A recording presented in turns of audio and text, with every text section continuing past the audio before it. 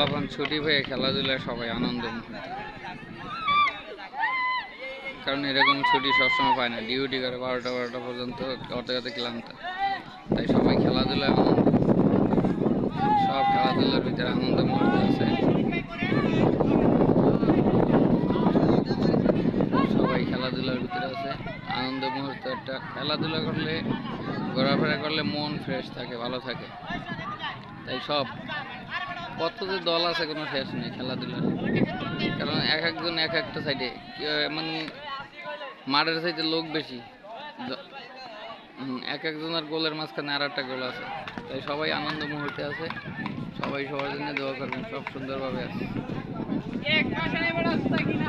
এরকমের ছুটি সবসময় পায় না। দেখেন পুরাটা মানুষের অভাব নেই।